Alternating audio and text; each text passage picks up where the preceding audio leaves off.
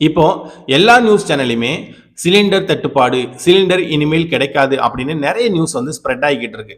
அங்கதான் அப்படி இருக்குன்னு பார்த்தாங்கன்னா, அக்கம் பக்கம் உள்ளவங்களும் நம்ம சொந்தக்காரங்களும் அதே தான் சொல்லிக்கிட்டு இருக்காங்க. எதனால இந்த சிலிண்டர் தட்டுப்பாடு வந்துச்சு? என்ன பிரச்சனை? சிலிண்டர் கிடைக்குமா? கிடைக்காதா? அப்படின்னு ஃபுல் டீட்டெயிலா இந்த வீடியோல பார்க்க போறோம். முந்தியெல்லாம் நம்ம சிலிண்டர் புக் பண்ணா 2 நாள்ல இருந்து 3 நாளுக்குள்ள வீட்டுக்கு சிலிண்டர் வந்துரும். இப்போ நீங்க சிலிண்டர் புக் பண்ணனா கொஞ்சம் சிரமமா தான் இருக்கு. கஷ்டமா தான் புக் பண்ண வேண்டியது இருக்கு. அப்படியே கஷ்டப்பட்டு நம்ம புக் பண்ணா கூட 2 வாரத்துல இருந்து 3 வாரம் வரைக்கும் வீட்டுக்கு டைம் ஆகுது. வீட்டுக்கு சிலிண்டர் வர்றதுக்கு. எதனால இந்த பிரச்சனை அப்படின்னு பார்க்கறதுக்கு முன்னாடி ஒரு விஷயத்த நம்ம புரிஞ்சுக்கணும்.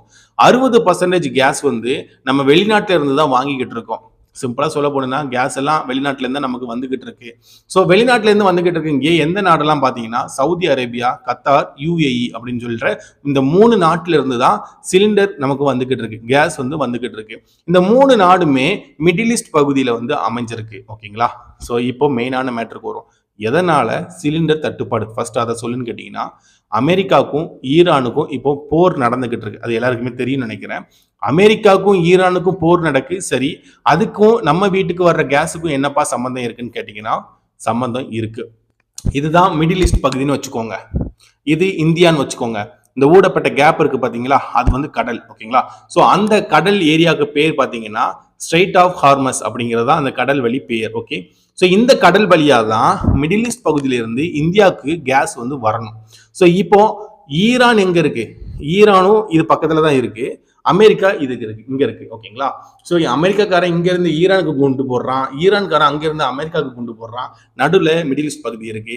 ஸோ இந்த நேரத்துல நம்ம ஷிப் வழியா தான் போகணும். கடல்னாலே ஷிப் வழியா தான் கேஸை வந்து இந்தியாவுக்கு கொடுக்கணும். கரெக்டுங்களா? ஸோ இப்போ போர் நடந்துகிட்டு இருக்கு.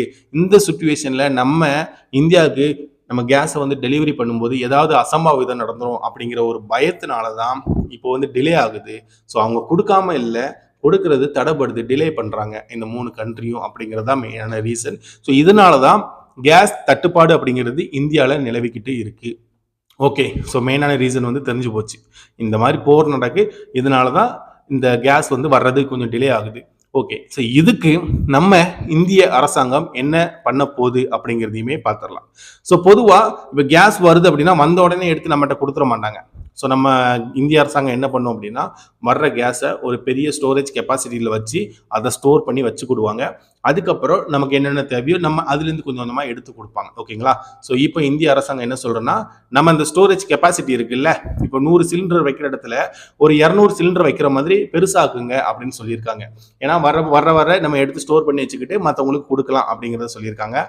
ரெண்டாவது விஷயம் என்ன சொல்கிறாங்கன்னா, கடைகளுக்கு யூஸ் பண்ணுவாங்கள்ல சிலிண்டர், அதை கொஞ்சம் குறைங்க. அண்டு முக்கியமாக வீட்டுக்கு போகும்ல சிலிண்டர். ஃபார் எக்ஸாம்பிளுக்கு வந்து இப்போ நம்ம வீட்டுக்கு எல்ஜிபி கேஸ் யூஸ் பண்ணுறோம்ல, டொமஸ்டிக்கு யூஸ் பண்ணுற கேஸ் எந்த விதத்திலுமே தடைப்படக்கூடாது. அதுக்கு ஃபர்ஸ்ட் ப்ரியாரிட்டி நீங்கள் கொடுங்க அப்படின்னு நம்ம இந்திய அரசாங்கம் சொல்லியிருக்காங்க. ஸோ அதனால நமக்கு கேஸ் சிலிண்டர் கண்டிப்பாக கிடைச்சிரும். பட் கொஞ்சம் டிலே ஆகி கிடைக்கும். இதுதான் உண்மை. சரி, இதில் என்ன பிரச்சனை இருக்குன்னு பார்த்தீங்கன்னா, கேஸோட ரேட் வந்து இன்க்ரீஸ் ஆயிரும்.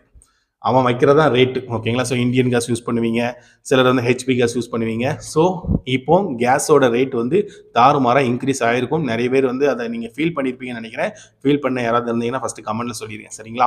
ஸோ கேஸோட ரேட் வந்து கடை ஏறிடும்.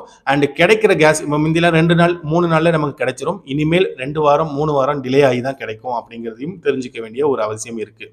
ஸோ இதுதான் மெயினான ரீசன். மற்றபடி இப்போதைக்கு கேஸ் வந்து நமக்கு கிடைச்சிக்கிட்டு தான் இருக்குது.